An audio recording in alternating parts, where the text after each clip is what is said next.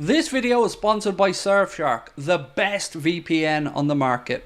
Surfshark is an app or browser extension that allows you to change your location to access websites in other countries and keep you safe and secure from hackers. Using Surfshark, we here in Ireland can access other countries' Netflix libraries or other streaming platforms like DAZN in Spain for all those important Premier League games. Surfshark keeps you safe and private by protecting everything you do online. Everything. When your device connects to the internet, all that information is, in a way, blurred out. Surfshark is particularly useful for keeping you safe from being hacked if you use public Wi-Fi. Let's say you're in a cafe, you're at college, you're out and about, they've got you covered. Surfshark allows you to use one subscription on unlimited devices, meaning you can share your account with friends or family or that neighbour who's a little bit cheap. On top of all of this, Surfshark offers a 30-day money-back guarantee. You can also upgrade to Surfshark One, which includes the VPN, an alert system for breaches related to your data such as emails and credit cards, and an antivirus software for your desktop. Our sign-up offer gives you Surfshark VPN for a little over €2 a month. Simply scan the QR code on screen right now or use the link in the description. What is up, my friends? We are back after Arne Slot's side confirmed that they will be taking part in the semi-finals of this season's League Cup. Delighted to say I'm joined by Mr. David Lynch.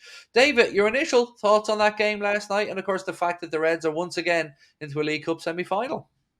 Yeah, I think that's the main point, isn't it? We've got to stress really is that, you know, as much as we were going into this game saying it's not the biggest priority for Liverpool this season, you know, as soon as it kicks off and there's the carrot there of a League Cup semi-final, you absolutely want to get there and you want to stay in the competition. And I thought, you know, beyond that, loads of positives to take really for Arne Slot. I mean, when you make that many changes and you rest as many, which is a positive in itself, is being able to rest so many key players. You don't expect that level of kind of general dominance in the game. And I thought Liverpool's performance, they didn't look like a team that had been kind of thrown together. And then you throw on top of that kind of, you got minutes into the legs of everybody you wanted to. There were really good run-outs for a lot of players who kind of needed it. Some really good performances from academy players, which again, you know, this competition has been massive for them in recent years, you know, never less than kind of last season. And so to see that continue was great. And as far as we know, no fresh injuries as well. So an absolutely kind of perfect evening, really, outside of, you know, maybe could have won by a little bit more. But it was a good win in a game that could have been trickier as well because of their change of manager. So, I thought Arne Slot had a lot to be happy about. I thought in the first half, David, in particular, we were coasting that game. I think we had around 70% possession there or thereabouts. And I don't really remember Queeveen having anything to do in that first half. It was incredibly one-sided, but it was also incredibly good to see how well they controlled that first half with so many changes in the team. That's it, because you do think it's going to be a little bit more disjointed and difficult. And of course, Southampton, you get that little bounce when a manager leaves. Players want to prove themselves, and the crowd's there, and the conditions weren't great. So that could have all made it a lot more difficult. But I thought Liverpool just looked really composed. They looked like they had a really good idea of what the manager had asked them to do, because he tried something a little bit different as well. That kind of 3-box-3 with Endo being a midfielder / centre half. So, you know, they were experimenting a little bit in the system. But I think why Slot did that was to kind of make sure everybody was in a role that was comfortable. They were doing things that worked for them. And so even though it was a bit of a changed team, they did have that level of comfort there, and they looked like they weren't being asked to do kind of unusual things outside of Endo, whose skill set seemed to suit that down to the ground. So I think that will have really pleased him, really, is that level of performance was so good. And I'd go further even than saying, you know, the first half they were fully in control. I still think they were kind of in the second half, really. I mean, outside of the goal, and then they have a couple of shots in quick succession kind of after that. The way they kind of stamped it out after that and controlled it and weren't really massively threatened after that, I thought was really impressive. So overall, really good performance and could have won by more, really. I won't lie, there was a lot of head scratching at my end trying to figure out what we were at for the first few minutes with regards to formations. And you're seeing, as you said, 1 minute Endo sitting deep back, the next minute Endo's 15 yards further forward. But I do like that he was experimenting like that. As you said, it might come into play later on in the latter stages of the Champions League or somewhere else where maybe he has to make these little tweaks. And if you can do it, still control the game and get the win. Nothing wrong with that whatsoever. So, Darwin Nunez, let's talk about his goal last night. Firstly, I want to talk about a wonderful little bit of play by Trent beforehand. Little Cruyff turn and everything, then left foot. It did take a deflection on the way through, but I thought it was a wonderful bit of skill from Trent overall. And then a very composed finish from Darwin. Yeah, I think that assist, by the way, will be good for Trent. You know, it's kind of one of those where I was a little bit surprised to see him in the starting lineup. Didn't expect that at all. Obviously, only does 45 minutes. But I think that could do him the world of good, really, because I think his form has been a little bit up and down since he's come back from his injury.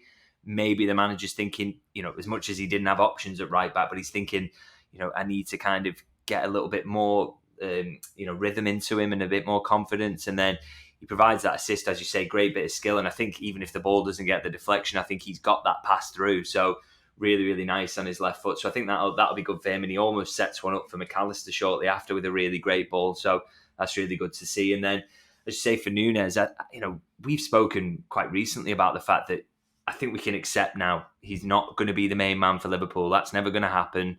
That's kind of fine. It's disappointing with what was paid for him. But what Liverpool want is to get something out of him between now and the end of the season before they make any decision on his future and anything kind of happens there. And the thing they want to get out of him is coming in for the League Cup, being able to play 90 minutes, scoring a goal that ends up winning the game for you. That stuff is important, and he did that. I didn't think his overall performance was phenomenal, but again, we kind of accept he's a bit up and down in that.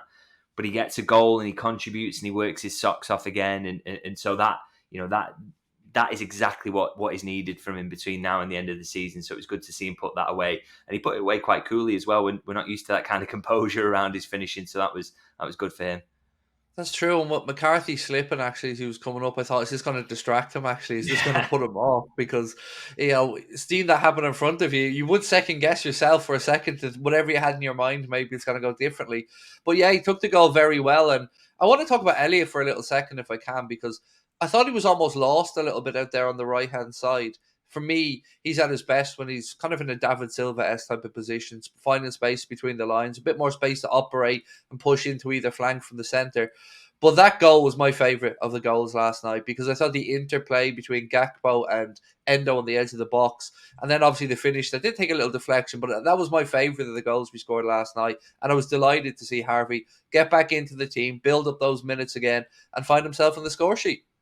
Yeah, again, he's kind of perfect example, isn't he, of someone who you needed to get those minutes into. I mean, I thought he looked very sharp against Fulham, but to do 90 minutes here is really, really helpful for him in terms of getting back. And of course, that's his first goal of the season, so he shows how little he's played so far this season. So yeah, really good to see him back in amongst it. And it was a well-worked goal, and I totally agree with you as well on the position thing. I think when he's wide right there, he's so restricted because he doesn't have that pace to go on the outside. So he's always cutting in. The angles are kind of quite restrictive for him. And so it's just better when he can go either way when he's in a central position. He's really good there.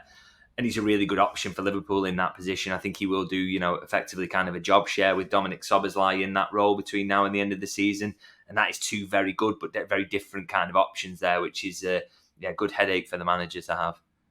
It really is, and that's exactly what it is, Dave. It's a good headache because between himself, Curtis Jones, and Dominic Szoboszlai, you've got variations, some similarity between Curtis and Dom and what they do, but then you've got the wild card almost in Harvey Elliott, who might be more of an Alexis McAllister type in that he can pick a lock in the defence with a little pass around the corner. And I have to put my hands up here and admit I'm a huge Harvey Elliott fan. I named my dog after Harvey Elliott because I seen Harvey at a French Bulldog. I'm a French Bulldog, so I named him Harvey. And I'm so happy he's back from injury, David, because I think he does give Arne something different that we don't really have in those more advanced positions.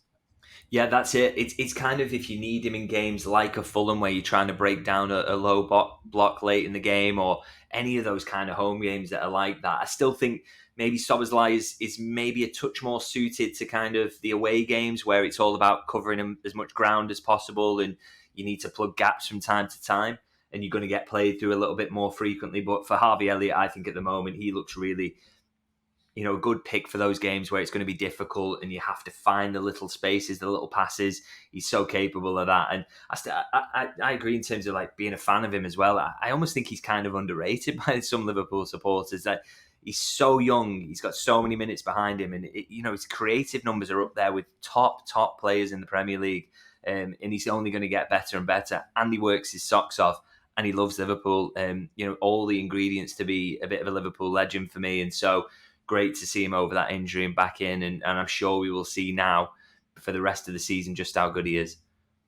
So I've always liked him, but remember when he broke his leg and he gave the youngster beside him in the hospital bed the kit?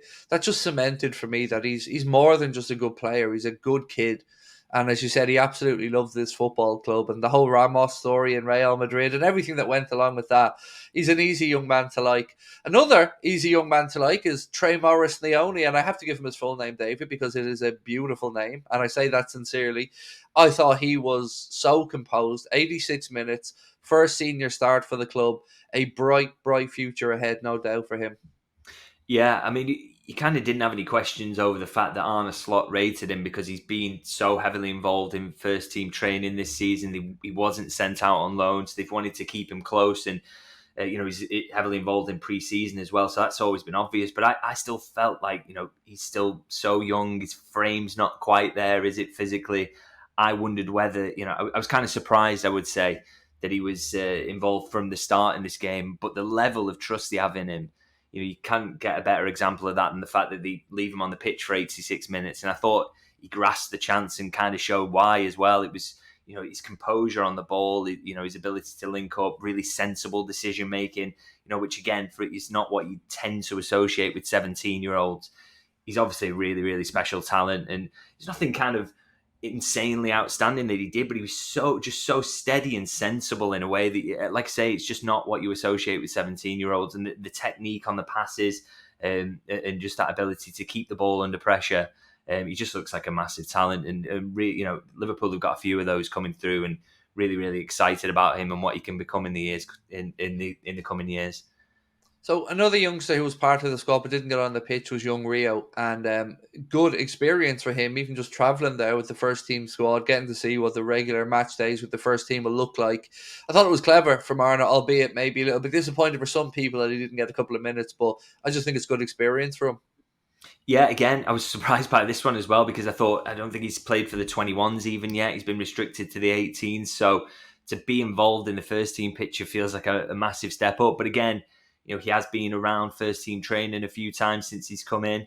I still think he's got, we've seen a few flashes of how good he can be for the 18s so far this season, but still obviously got an awful lot to learn. But this is something that Liverpool have been doing in recent years is keeping these youngsters who they think have got a pathway to the first team in and around it and trying to get them on the bench as much as they can, get them as used to the match day routine as possible. So it's a really good step for him in terms of that. Whether that turns into a debut this season, we'll have to see. He's still only just 16, isn't he? He is a kid, and again, frame wise, he's not physically there for men's football yet, but a really, really good experience that will, do him a lot of good going forward. So we now know 3 of the 4 semi-finalists, ourselves, Newcastle, Arsenal, Manchester United and Spurs to play later on. Any preference, David, for yourself for that? It's a 2-legged semi-final, right? Back in the League Cup again. Any preference for yourself? Semi. I don't know. They're all really, really tough. I mean, Newcastle showed, didn't they, in that game earlier this season, that going there in either leg is going to be a really, really tough game. Manchester United is a pain in the backside purely on the basis of the rivalry and how much they'll want to win that game, and that they could make it difficult on that basis. I think the one thing I would say is probably, Tottenham as well. I mean, we'll see this weekend how difficult that can be or not.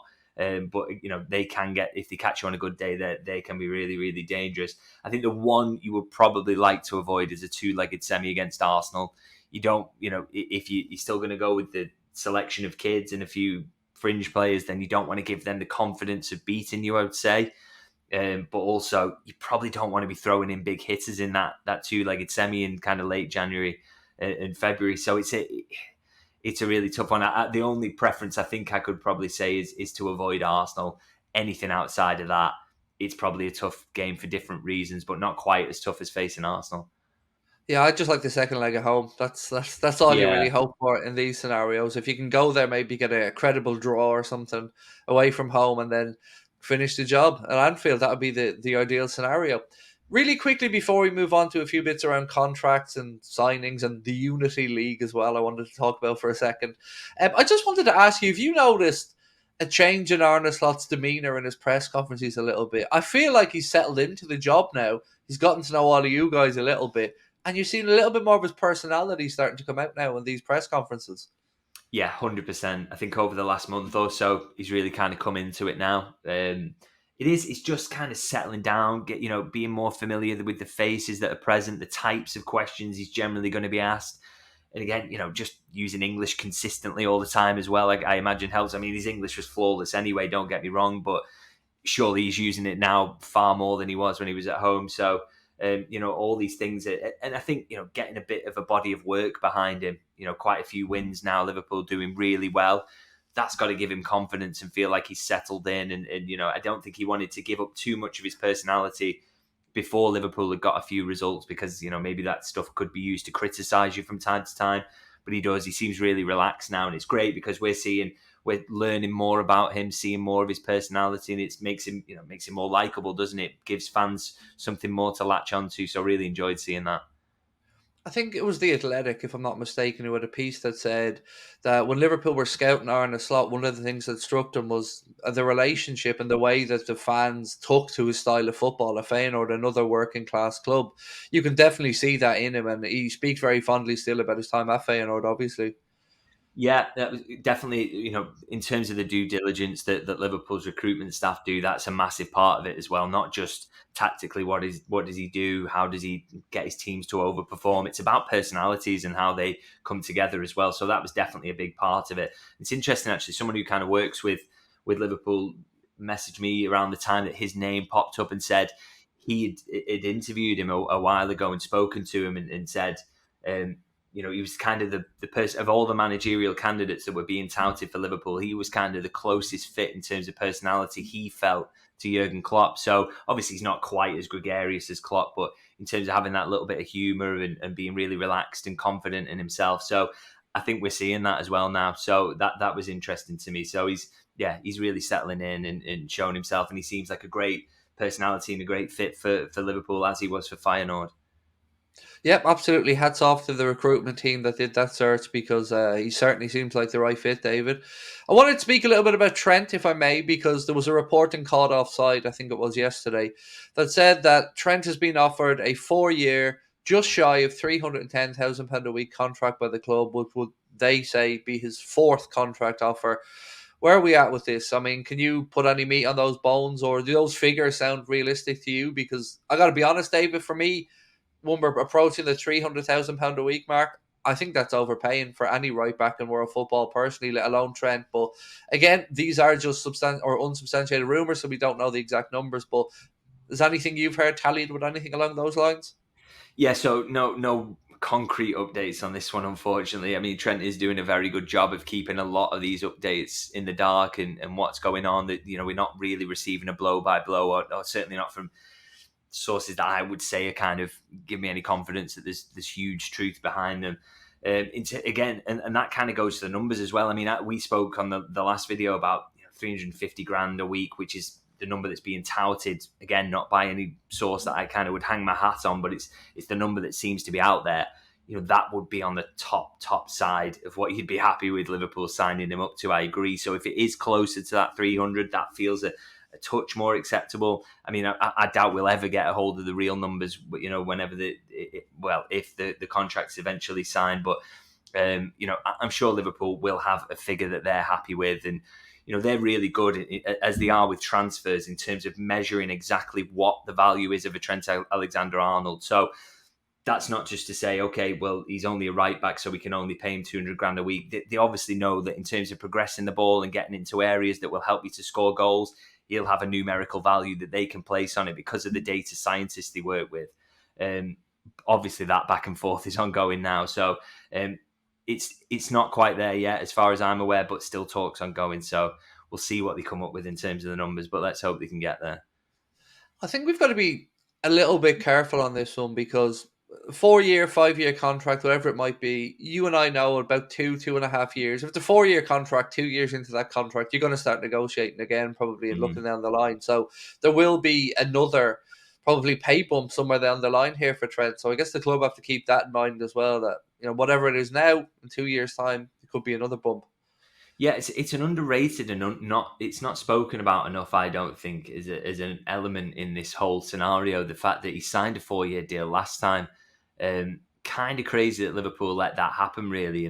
But I also think a big part of that, and the driver would have been from Trent's side, is to open up this possibility of him getting kind of close to the end, being able to use somewhere like Real Madrid as leverage. It's a smart business move to do it from his side of things, but for Liverpool, it's kind of put them in a bit of a difficult situation. And I think it would again if it was, as you say, because if you sign a 4-year deal, it only have to get 2 years from the end before the talk is all again about getting him to sign another one. So I imagine with this one, quite unlike with Salah and Van Dijk, that Liverpool would be the ones pushing maybe for a longer contract, more kind of 5 years to avoid this problem. So that's it. It's an interesting kind of, you know, underlying theme to this one, I think.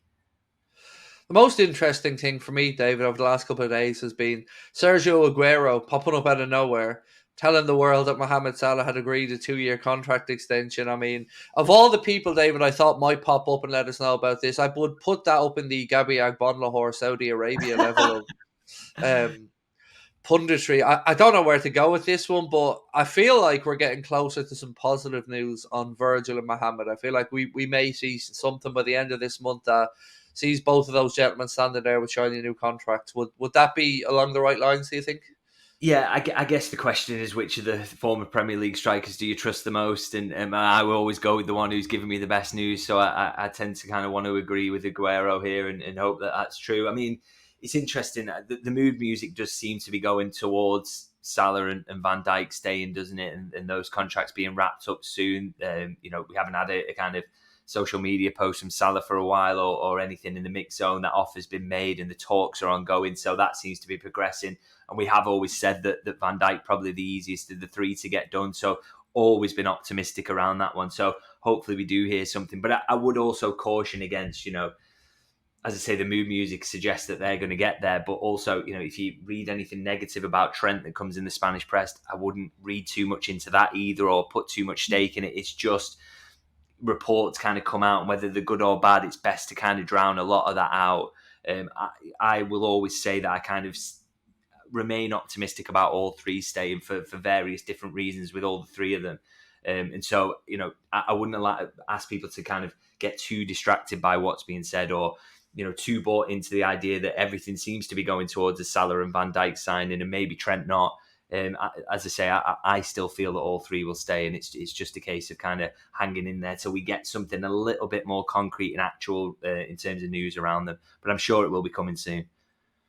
It's funny you mentioned the Spanish media, because there was 1 week where over the course of 5 days it went from Real Madrid are obsessed with Trent Alexander-Arnold to Real Madrid are looking at Pedro Porro because they have doubts about Trent Alexander-Arnold's defensive ability to Real Madrid are preparing a £50 million bid for Diogo Dalot and they have doubts about Trent wanting to come there and wear the famous white shirt, all over the course of 5 days from the same outlets. And you're just thinking, my God, do they ever give it a rest? Well, this is it. This is why we shouldn't pay too much attention to it. Now, every time there's a negative one that comes out, I see social media explode, and every time there's a positive one, and this is for all three players, by the way, again, social media explodes and completely buys into it. But I just say, you know, it's not kind of worth, these things are going on in the background right now, and until someone who you know, I would say is credible, or, you know, and everybody knows who those kind of people are, I just wouldn't pay too much attention to it. The work is being done in the background, and unless we hear anything that tells us it's off or on or whatever, it's just best to kind of ignore it, particularly because there's so much going on with Liverpool at the moment that's positive. And, you know, the positive thing is that they are working towards getting these things sorted out. So, yeah, just I wouldn't buy into every update that we see on social media, or particularly if it's come from Spain. I can see the headlines now. David Lynch hates Sergio Aguero. I can see them. They're written now, David. I can see them. Yeah, well, I do actually, thanks to all these goals he scored against Liverpool, albeit not at Anfield. But yeah, he was the scourge of Liverpool for a while, wasn't he? Actually, on Monday Night Football, I was surprised he wasn't higher up their ranking when they were going to the best forward. I was a little bit surprised Sergio wasn't higher up there. On Kerkez, I wanted to talk about him for a minute, because There was a report this week that said that Bournemouth were looking at Llanos, the young man we spoke of before, the left back, Julio Soler. They were looking at him. Now, look, you would imagine if they're looking for a left back or at a left back already, it's probably because they expect offers to come in for Kerkez. And we're not the only club, by the way, that's been linked with Milos Kerkez. But, is this a name that you think Liverpool may look at? We spoke before about the £40 million thing being maybe a little bit too much, ideally. But what's your hearing on Kerkez and Liverpool's interest? Is it solid?